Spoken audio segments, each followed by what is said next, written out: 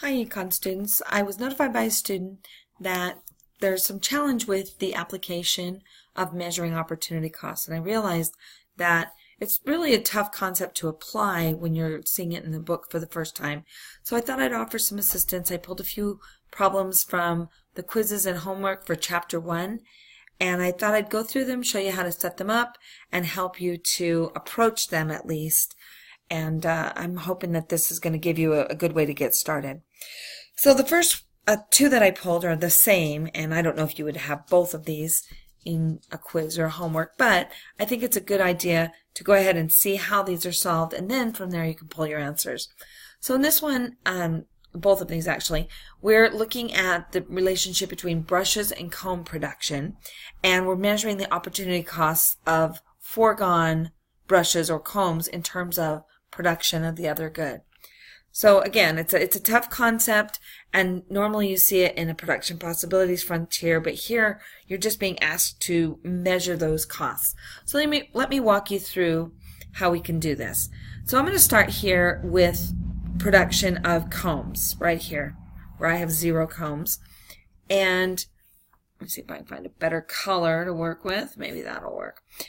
And when we're producing 0 combs, we're producing 23 brushes, which is our maximum possibility. So we're not giving up anything in terms of foregone brushes. We're producing our max. However, when we move to 1 comb, now we're only producing 21 brushes, which means that we have an opportunity cost or foregone brush production of 2. As I move to produce that second comb, now instead of producing 21 brushes, I'm producing 17. So my cost is 4 brushes. As I move to produce that third comb, I'm only producing 10 now. So compared to producing 2 combs, I'm producing 7 fewer brushes. So that's my cost of making that production decision. And then if I go to that fourth comb, I'm producing 10 fewer brushes. So the cost of that fourth comb is 10 brushes. So we take this in incremental steps.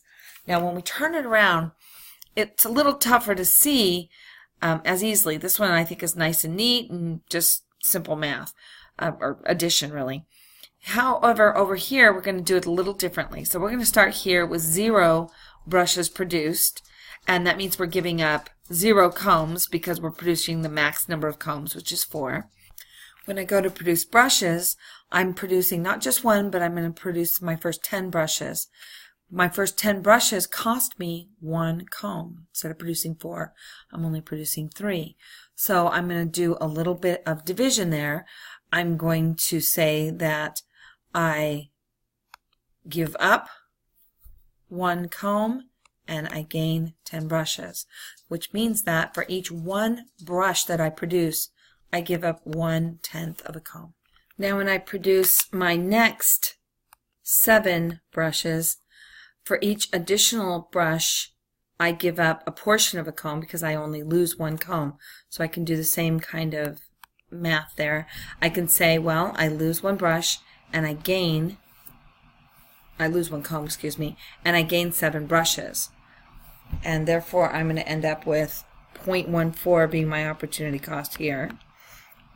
I can do the same thing on the next one. I'm going to lose another brush when I gain the next, another comb when I gain the next 4 brushes. It's hard to say right every time. And so the opportunity cost for each individual brush will be 0.25 or 1/4 of a comb given up in production. And then those last 2 brushes that I produce cost me that last comb production, and I can do that and just say 1/2 or 0.50. So the trick here is converting those batches of production into per unit opportunity cost. So one way to remember that, it might help, is that you can put it into a fraction and you can say what was given up on top divided by what is gained on the bottom. And that might help to calculate that. Now the good news is the same information is used in this next table, and it becomes really easy to answer the questions from here.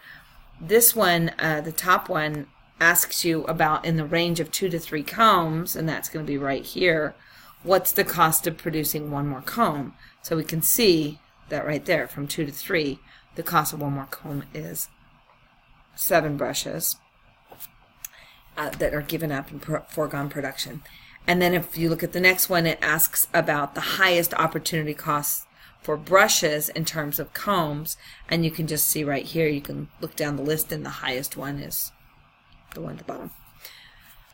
So that, I hope, is helpful. I know that those throw you for a loop because you start with those nice even single digits, and you're like, okay, I can do this, and then they throw the multiple batches at you, and it gets a little challenging. We can do the same thing with this production possibilities for bombers, and we're trading off between B-1 bombers and stealth bombers.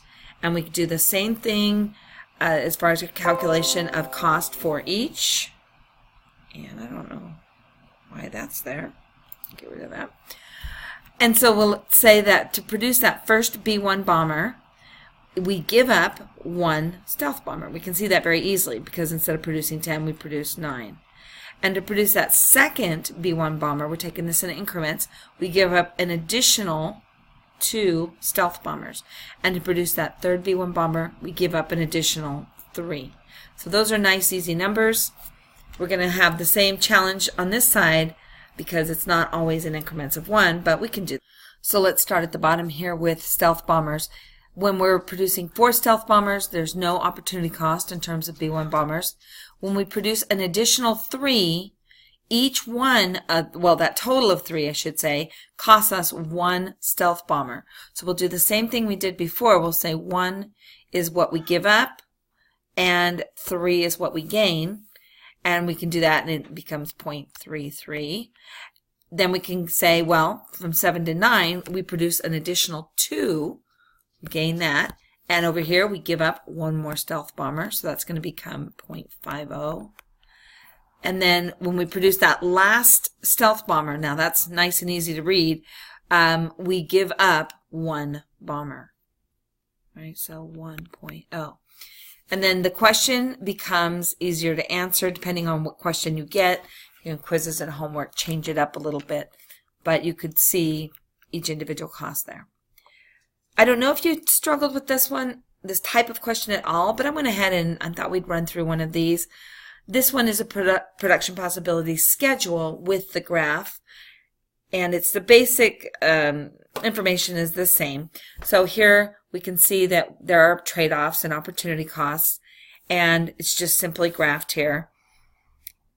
And you're asked, what is the opportunity cost of the first truck produced? So we can go here and we can start where there's 0. And we can say, well, that first truck produced cost us, and we can see that instead of producing 5 tanks, we're producing 4.5. So we can say the first truck cost 0.5. So this doesn't show opportunity cost. This shows the output of each, and they're asking you to calculate the opportunity cost. But I'm hoping that you're starting to see it and get good at it. We could continue on just to kind of clarify the concept. We could say, well, for that second truck produced, I give up an additional, right, 3.8, so 0.7 is the cost for that second truck. That third truck costs me an additional 0.8, hoping you can see that, and then it goes to 1, and then it goes to 2. So we can measure opportunity cost both directions, and once you see it, I think you'll start to see it more clearly. The next question, I pulled out another one that is the same information, but it asks a different question. It asks about the second truck produced. The next one, and I just pulled out some stuff, and I don't think what you're going to see in your test, or your quiz rather, and your homework is going to look like this. If it does, I'm not too worried about it because I think the concepts are pretty basic. But this one asks you to see the idea of increasing opportunity cost by doing a little bit of measurement of the opportunity cost. So this one's the trade-off between military output and consumer goods output. And so when 1 unit of military goods is produced, we can see that only 90 instead of 100 are produced, so the cost becomes 10.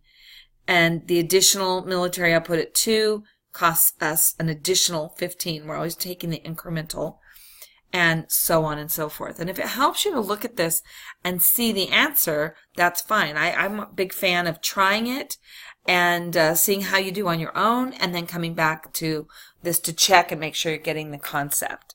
The one below it is the same thing, and these both demonstrate the concept of increasing opportunity cost. And then the last two I thought were interesting questions because they combine a little bit of math, just basic percentage calculation, with the idea of opportunity cost. So they ask us here to say, well, if military spending goes from 4.0 to 4.3% of 20 trillion, what does that represent in terms of opportunity costs? All you're going to do here is calculate, what that is, what 0.3% of 20 trillion is.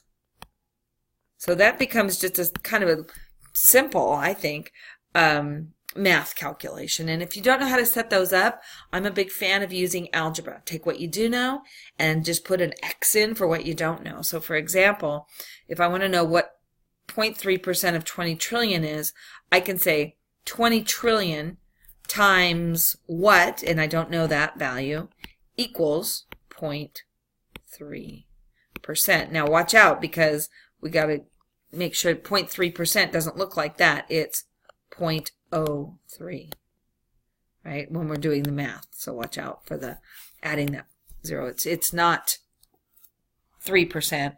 It's 1/3, basically, of 1%. But you can do the calculation. I don't think you have too much trouble with that. And the next one is the same way. And you're going to go from 4 to 4.6% of 18 trillion. And here you're going to do the same thing. You know that you're looking for 6.6%, of 18 trillion. And that's going to be the value you're looking for here. So don't let that worry you too much. And, check your answers, run it through twice, set it up, make sure the number makes sense to you.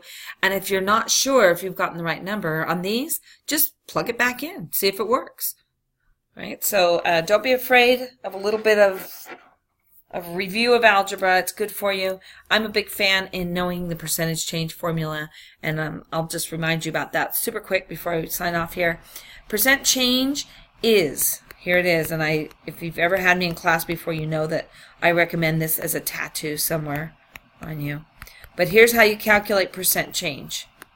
You take the new information minus the old information, divided by the old information, multiplied by 100, and that gives you percent change. So if you're not sure how to calculate that, you can do it that way. All right, so I'm going to let you be, and I hope this helps. Please feel free to email me if you have specific questions as you're going through homework and even quizzes. I'm happy to help with setup, because I understand that sometimes just getting started is the toughest part of these kinds of problems, and I am here to help. So good luck.